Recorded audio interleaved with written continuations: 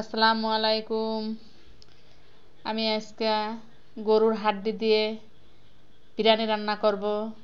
তাই গরুর হাড্ডি রান্নাটা আমি বসিয়ে দিলাম। কড়াইতে তেল দিয়ে দিলাম। এবার দিয়ে দিলাম সব ধরনের মশলা, আদা বাটা, রসুন বাটা, জিরার গুঁড়া, ধনিয়ার গুঁড়া, লবণ, হলুদ, মরিচের গুঁড়া, সব মশলা আমি দিয়ে দিচ্ছি। সব কিছু দিয়ে আমি মশলাটা ভালোভাবে কষাবো।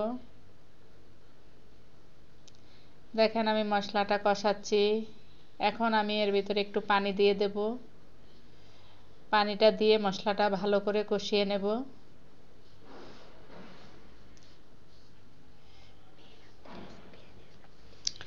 মেয়ের আবদারে আজকে বিরিয়ানি রান্না করতেছি। বিরিয়ানি রান্না করার কোনো ইচ্ছাই ছিল না, অন্য রান্না বাড়া শুরু করছিলাম। তাই মেয়ে বললে সে বিরিয়ানি খাবে, তাই শুধু তার জন্যই রান্না করতেছি, আমরা কেউ খাবো না। অল্প পরিমাণে রান্না করব, একজন যেতে খেতে পারে। এবার দিয়ে দিলাম টমেটো সস।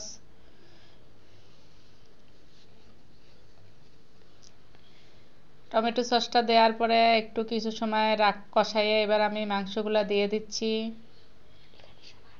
এখানে সবই মাংস বলতে সবই হাড়, গরুর হাড্ডিগুলো আমি রান্না করতেছি, কারণ হাড়ের সাথে মাংসও আছে, তারপরে হাড়ই বেশি, মাংস খুবই কম। তাই এই হাড় দিয়ে আমি আজকে বিরিয়ানি রান্না করব। মেয়ে খেতে চাইছে, ও আবার হাড্ডি পছন্দ করে, সে কারণে বলতেছে কাম্মু আজকে এই হাড়গুলা দিয়ে রান্না করো। তো দেখেন আমি হাড়গুলা ভালোভাবে কষিয়ে নিচ্ছি। লবণটা দিতে ওই সময় ভুলে গেছিলাম, এখন আমি লবণটা দিচ্ছি।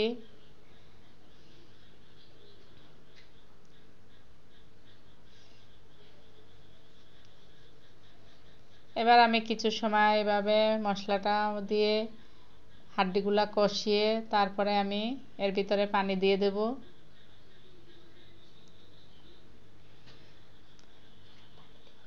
হাড়গুলো আমার কষানো হয়ে গেছে।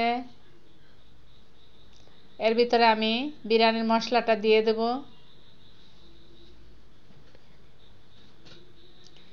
বিরিয়ানির মশলাটা আমি 3 চামচ পরিমাণ দিচ্ছি। দেখেন বিরিয়ানি মশলাটা দিয়ে দেওয়া হয়ে গেছে। এবার একটু নাড়াচাড়া করে তারপরে আমি পানি দিয়ে দেব।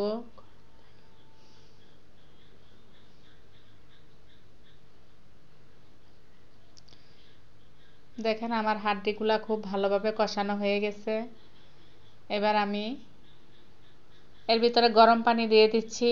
আমি পানিটা আগেই ফুটিয়ে রাখছিলাম। যে কোনো গোশত রান্না করলে আপনার গরম পানি দিলে সবচেয়ে ভালো হয়। ঠান্ডা পানি দেওয়ার চেয়ে গরম পানি দেওয়ার চেষ্টা করবেন।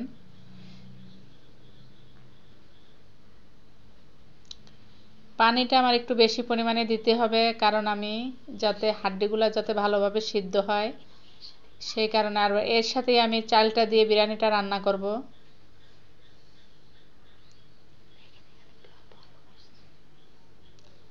দেখেন আমার পানিটা অনেকটাই শুকিয়ে গেছে।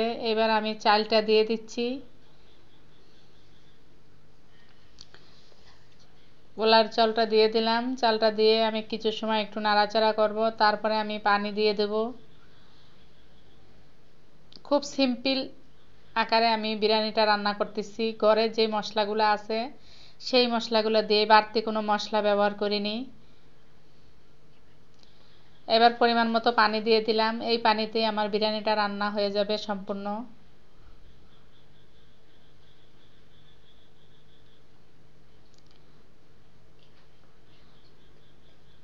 একজন খাবে সেই পরিমাণে অল্প করে আমি বিরিয়ানিটা রান্না করছি, কারণ আমাদের বিরিয়ানি খেতে ভালো লাগে না। তা ও একা খাবে, ওর জন্যই আমি একজন খাবে সেই পরিমাণে রান্না করছি, যাতে 2 বেলা খাইতে পারে। পানিটা শুকিয়ে গেছে। এবার আমি কিছু সময়ের জন্য দমে রেখে দেব। এই যে ডেকে দিচ্ছি, কিছু সময় দমে থাকলো। এবার আমার বিরিয়ানিটা সম্পূর্ণই হয়ে গেছে। দেখেন বিরিয়ানিটা কত লোভনীয় হয়েছে। অল্প রান্না করছি কিন্তু দেখতে কিন্তু অনেক সুন্দর হয়েছে। আমার মেয়ের তো আর সইতেছে না, তা ওকে আমি খেতে দিলাম। ও বলতেছে আম্মু আমাকে তাড়াতাড়ি খেতে দাও। তা ওকে আমি প্লেটে দিচ্ছি। দেখেন কত সুন্দর হয়েছে কালারটা। একদম লোভনীয় হয়েছে। আশা করি অবশ্যই ভালো হবে খেতে। সবাই ভালো থাকবেন, আমার চ্যানেলটা সাবস্ক্রাইব করবেন আর লাইক কমেন্ট করবেন। আল্লাহ হাফেজ, আসসালামু আলাইকুম।